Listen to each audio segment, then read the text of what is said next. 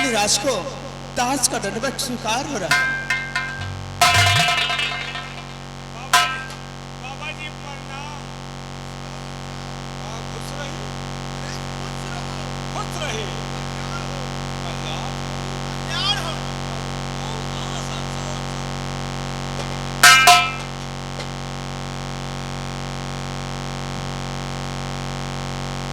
बेटी तुलसी,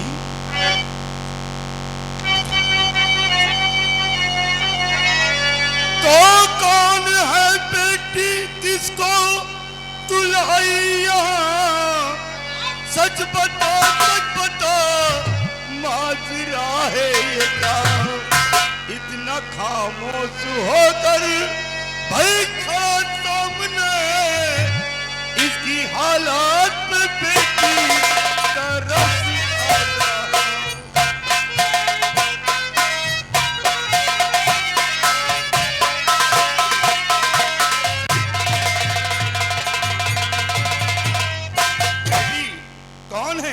जो तू अपने साथ में लेकर आई। बाबूजी, आप इन्हें नहीं जानते हैं तो सुनिए। ये घर राजा के बेटे विजय सिंह कुंवर, श्राप इनके पिता को दिया आपने, के प्यार से भटकते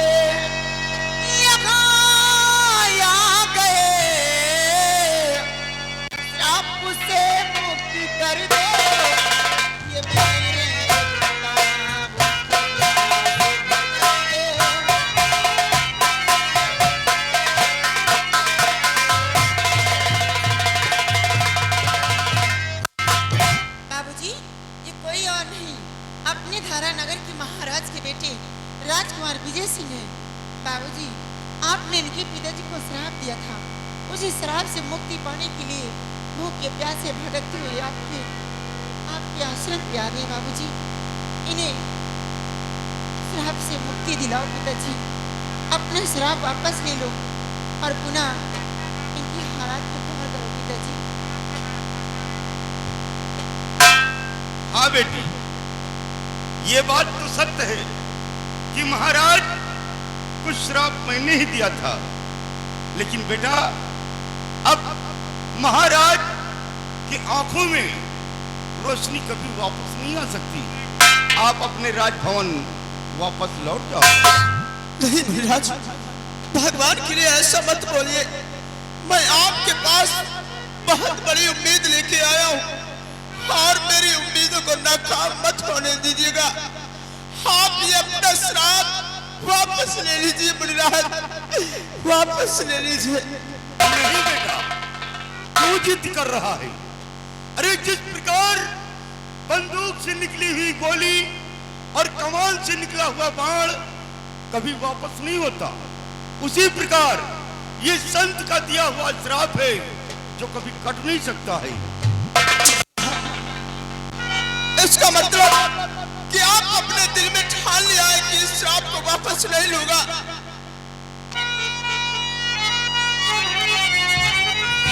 श्राप वापस करना लिया आपने, श्राप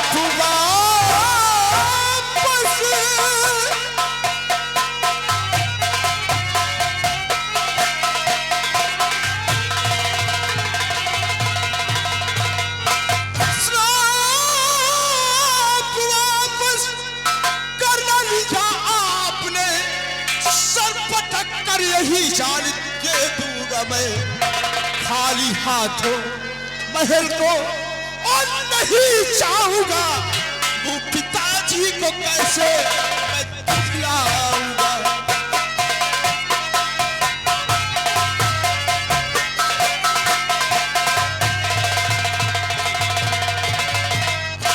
ठीक है मुनिराज, अगर आपने अपने दिल के अंदर ठान लिया है कि मैं ये श्राप नहीं लूंगा तो बिल्कुल मत लीजिए। लेकिन ये राजकुमार विजय अपने दिल में ये प्रतिज्ञा कर चुका है कि खाली हाथों अपने महल को नहीं जाऊंगा। आज इसी वक्त आपके कदमों में अपना अपना सर पटक कर अपनी जान। अरे नहीं बच्चा, ये क्या कर रहा बच्चा? अरे पीछे आज मौत है। किसके पीछे बच्चा? आपा के पीछे। एक कुटी पर एक नहीं तो अरे नहीं बच्चा, ऐसी भूल कभी मत करना, क्योंकि अगर आप लोग हमारे आश्रम पे अपनी जान दे देंगे तो मुझे बहुत बड़ा पाप होगा बेटा। हमारी मांगे पूरी हो तो बड़ी खराब है बाबूजी, राजकुमार साहब इतना बड़ा प्रतिज्ञा कर चुके हैं कि खाली हाथ मैं अपने राजमहल वापस नहीं जाऊंगा। बाबूजी, मैं आपसे यही कहना चाहती हूँ कि अगर काशी में कुछ हो गया तो सारे पाप के भागीदार आप बन जाएंगे बाबूजी। इसलिए मैं मानती हूँ अपना शराब वापस नहीं ले सकते हैं, लेकिन महाराज की आंखें ठीक होने का कोई मार्ग, कोई तरकीब तो बता सकते हैं जिससे महाराज की आंखों से फिर से दिखाई देने लगता है। बाबूजी, इनकी हालात पे गौर करो।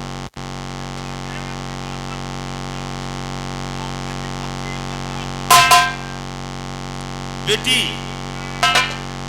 अगर तुम सब लोग जिद करते हो तो मैं एक उपाय बता सकता हूं जिससे महाराज की आंखों में रोशनी आ सकती है। बताइए मुनिराज, वो कौन सा उपाय है? हम अवश्य करने के लिए तैयार हैं राजा। लेकिन बच्चा, वो मार्ग बहुत ही कठिन है, तुम निभा नहीं पाओगे। मुनिराज, कुछ भी हो, मैं अपने पिताजी के खुशियों के लिए अपनी जान भी कुर्बान कर सकता हूँ। आप मुझे वो मार्ग बताइए।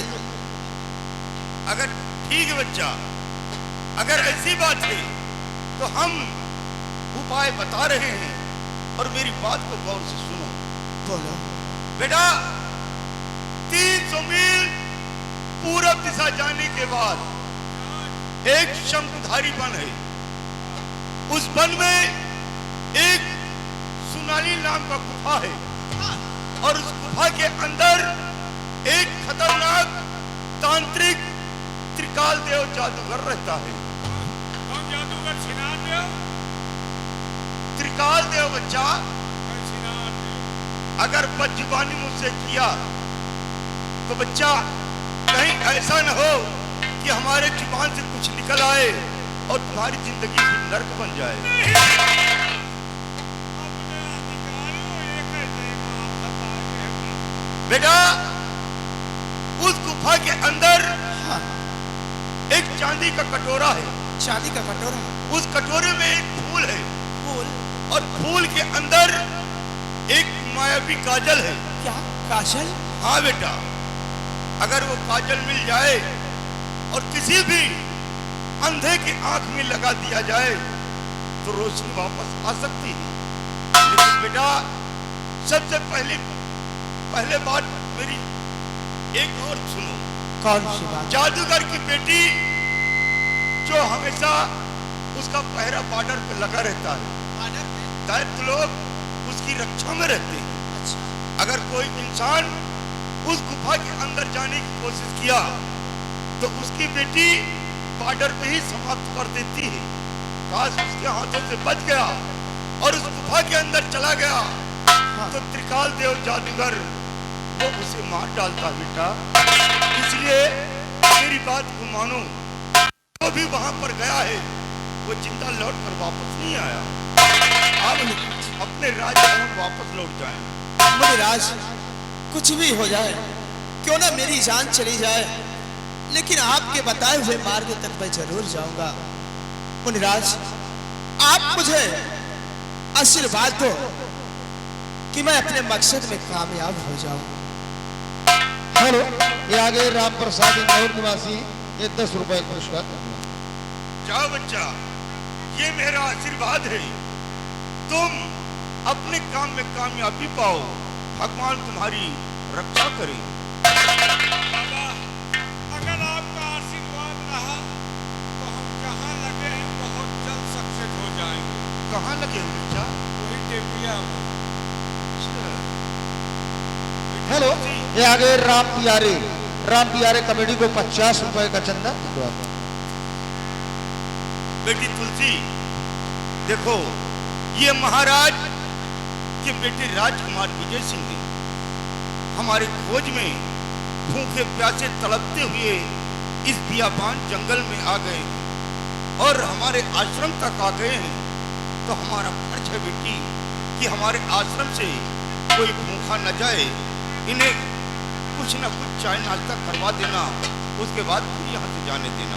मैं कर रहा हूँ स्नान।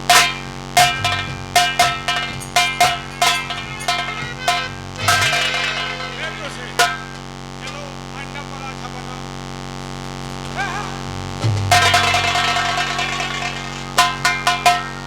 तुम यहाँ उजाड़ न उठाओ करो, घबरा जाए। क्यों आश्रम में अब हवा आया। सिपाही, ये अंडा पराठा कब से खाने लगा तू?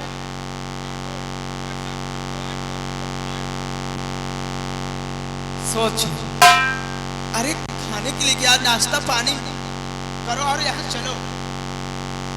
आप चलिए, आपको चाय नाश्ता करा देंगे, लेकिन इसको कुछ नहीं करना।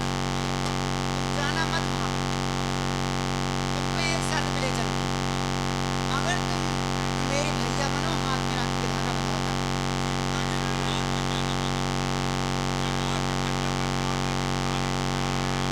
सिपाही इधर आओ। तुलसी बेचारी कब से तुम्हें भैया भैया भैया रट रही है, और आप हो, आपका फर्ज बनता है कि तुलसी को अपनी बहन स्वीकार करो। थोड़ा खास से दोस्ती करी तो चले जहाँ जाई। इसका मतलब कि तुलसी को अपनी बहन नहीं स्वीकारता। सरपत खा लियो। तुलसी, आपका बहुत बड़ा एहसान है, और सबसे बड़ा एहसान तो ये है कि आपने अपने पिताजी से मिलवाया और आपके पिताजी हमारे पिताजी की आंखें ठीक होने का उपाय बताया। आपका मैं सदा सदा आभारी हूं। तुलसी, आज तो मैं जा रहा हूं, लेकिन जिस वक्त मैं अपने मकसद में कामयाब हो गया और वहां से लौट कर आऊंगा, तो सबसे पहले मुलाकात आपसे करूंगा, और मैं आपको वचन देता हूं, आपसे वादा करता हूं कि जब वहां से लौट कर आ जाऊंगा तो तुम्हारे लिए कुछ ऐसा करके दिखाऊंगा, मैं कुछ ऐसा करके दिखाऊंगा कि ये दुनिया वाले याद रखेंगे कि राजकुमार विजय अपने मुख से कुछ कह के गया था।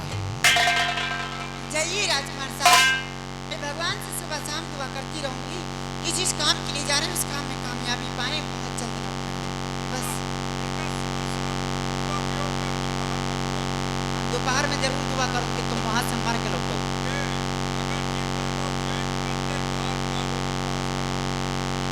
अगर तुम जिंदा वहां से आ गए ना, तो बताई थी ना, अभी तुम्हारे लिए सिरमिंट और धर्म का इंतजाम कर रखते हैं, उसी भर के जाम कर दूंगी।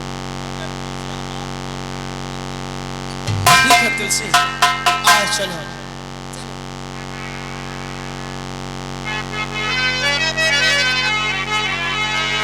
हर भोलेनाथ से निराला कोई और नहीं, भोलेनाथ से निराला कोई और नहीं।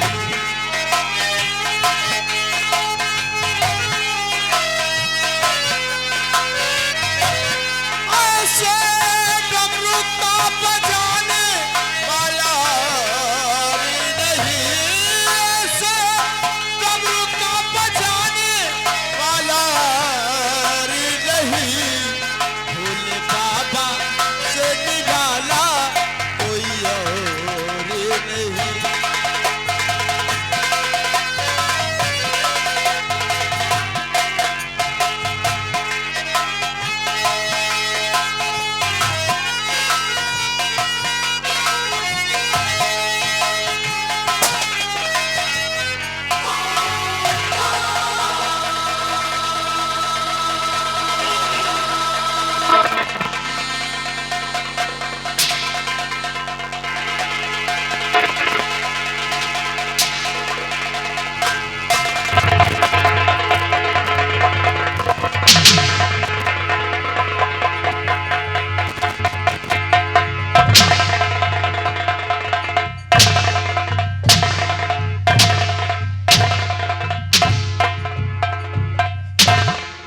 सिपाही सिपाही ये क्या है रे? जल्दी बाहर निकल जाओ। हूँ हाँ हम लागे तुम्हार भूख हाँ। एक घंटा पहले गाल पे रख दिया तो छट्टी का दूध निकल कर बाहर आ जाएगा। हम छत्ती के दूध कहाँ पिया है? हम तो कुकड़ी के दूध नालायक कहेगा। शिवाई देख काफी दिन गुजर चुके हैं। गुजर गए। महाराज उदयभान सिंह अंधा होकर बैठा है, बैठे हैं। लेकिन शिवाही महाराज की नजरों में आज तक हमारी कोई इज्जत नहीं हुई रही। आर से इज्जत किया है तो सिर्फ सेना पर सिर सिंह किया है। काफी दिन गुजर चुके हैं महाराज के साथ वफादारी करते करते, लेकिन वफादारी में आज तक क्या मिला है? कुछ भी नहीं। इसलिए सिपाही अब सोचता हूं कि वफादारी को पीछे छोड़ते हैं और आज के बाद हम बेईमानी के रास्ते पे चलेंगे, क्योंकि नेकी में कुछ रखा नहीं है। अब हम आज के बाद देख कौन सी चाल को चलते हैं और कौन सा जाल बिछाते हैं। आज के बाद चाल बदलो, चाल चलो नहीं हो रहा। चले कमीने, वो जनबे न करे कौनी किया है कौनी गए।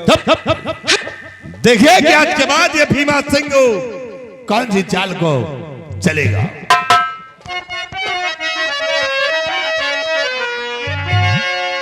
तो इस पद पे तैनात हुए गुजरे 12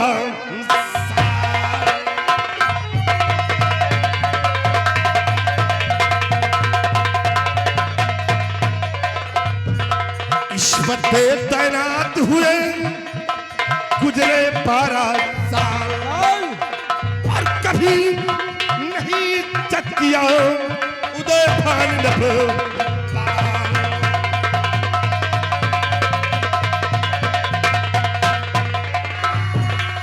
कभी नहीं चक किया उदयभान नभ।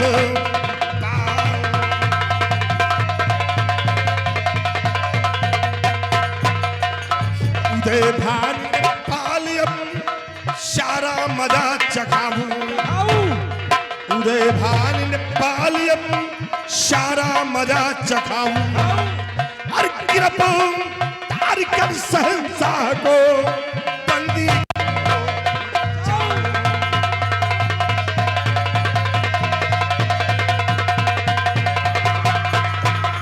गिरपो तारिकम सहनशाह को बंदी घर हो।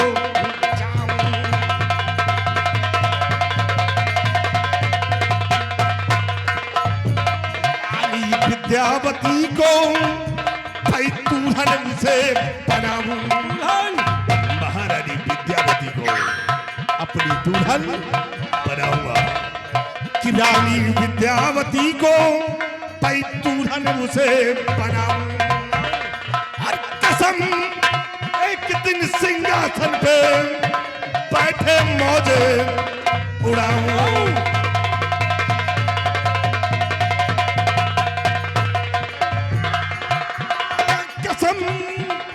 एक दिन सिंहासन पे बैठे मौजे उड़ाऊं।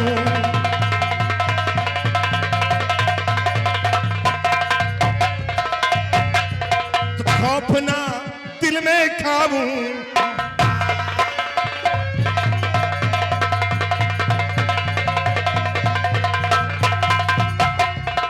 खौफ ना दिल में खाऊं हो और संत को चाय मिटाऊं।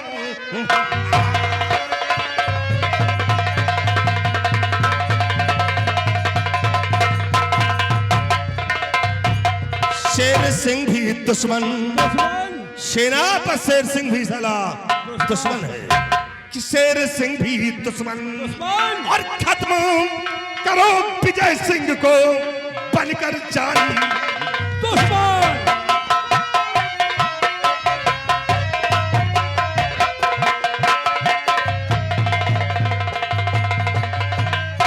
सिपाही राजकुमार विजय सिंह गया है बाबा की तलाश में और बाबा मिल गया मिल गए और राजकुमार की बात को मान गया। मान गया। तो महाराज की आंखें ठीक हो सकती है। इसलिए सिपाही हम ऐसा होने नहीं दूंगा। सबसे पहले हम उस संत को मिटाएंगे। मिटाएंगे। अगर संत दुनिया में नहीं रहेगा तो महाराज की आंखें ठीक नहीं होगी। तो से आओ चलते हैं हम उसी बियाबान जंगल की तरफ जहां पे वो संत रहता है। अगर मिलता है तो उसे मिटा दो और राजकुमार विजय सिंह को साथ साथ तलाश करके उसका भी नामो निशान मिटाना है। आओ मेरे साथ।